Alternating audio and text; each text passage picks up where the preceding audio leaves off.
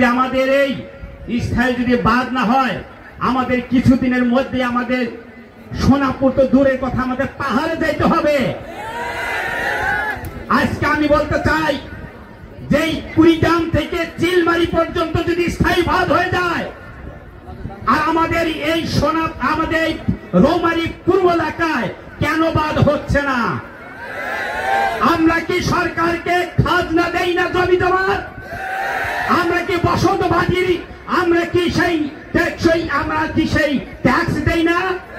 কেন এই পূর্ব পাশে আমাদের এই স্থায়ী বাদ হবে না কেন? আমার জোর গলায় আমাদের সোনাপুরের পক্ষ থেকে সকল হবিগঞ্জ থেকে সোনাপুর, চরগাঙ্গারালগা এবং সুখের বাতি পর্যন্ত এই মুহূর্তে আমরা টেকসই বাদ এবং স্থায়ী বাদের সমাধান চাই। তার কারণ আপনারা জানেন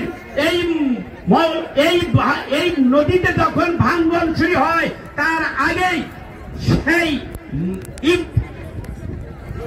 ইন্দিরা গান্ধী যখন এই বাদ দেয় ফারাক্কাবাদ, তখন মজলুম জনতা মৌলানা আব্দুল হামিদ খান ভাসানী বলেছিলেন এই ইন্দিরা গান্ধী এই বাদ দিও না, এই বাদের পরিপ্রেক্ষিতে ভবিষ্যৎ অদূর ভবিষ্যৎ বাংলাদেশ কি মরুভূমিতে পরিণত হয়ে যাবে। কিন্তু সেই ইন্দিরা গান্ধী বলেছিল না, আমি বাংলাদেশ আমার পার্শ্ববর্তী দেশ তাকে ক্ষতি হতে দেব না।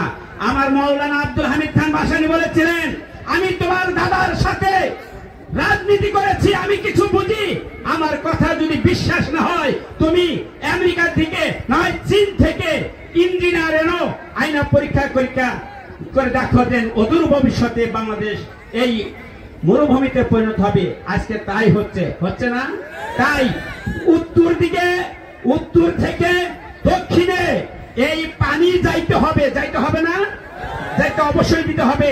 তাই আমরা আমাদের বক্তব্য আর বাড়াইতে চাই না। আমাদের একটাই দাবি হবে, এইখানে স্থায়ী বাঁধ হবে, এখানে আমাদের পানিরও দরকার আছে না গো? এইটা আমাদের স্থায়ী বাঁধ হবে, এখানে পানিও থাকবে। আমি আমাদের সেই লং মার্চে আমি বক্তব্য দিয়েছিলাম, সেই ডালিয়াতে সাদুর বাজারে যে চৈত্র মাসে আমাদের গরু জাভানের মতো পানি থাকে না, আর আষাঢ় শ্রাবণ আসতে আমরা বাড়ি ঘরে তাই না তাল পাই না, এরকম কিনা? আজকে দেখেন এই যে চৈত্র মাস তো আসেই নেই, দেখেন এই যে পানি কোথায় আসছে আর চর কোথায় আসছে।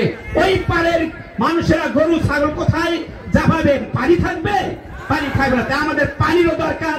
তাই আজকে আমার এই সোনাপুর, চরমারি, চরগাঙ্গারালগা, সুখের বাতি এবং হবিগঞ্জ এখান থেকে আমরা স্থায়ী বাদের আমি অনুরোধ ভাবে দাবি জানাই, যাতে করে আমাদের স্থায়ী বাদ হয়ে যায়। এটাই আমরা আমার সোনাপুর এবং সকলের পক্ষ থেকে স্থায়ী বাদের জন্য আমি করুণ ভাবে আহ্বান জানাচ্ছি। সকল সুস্বাস্থ্য কামনা করে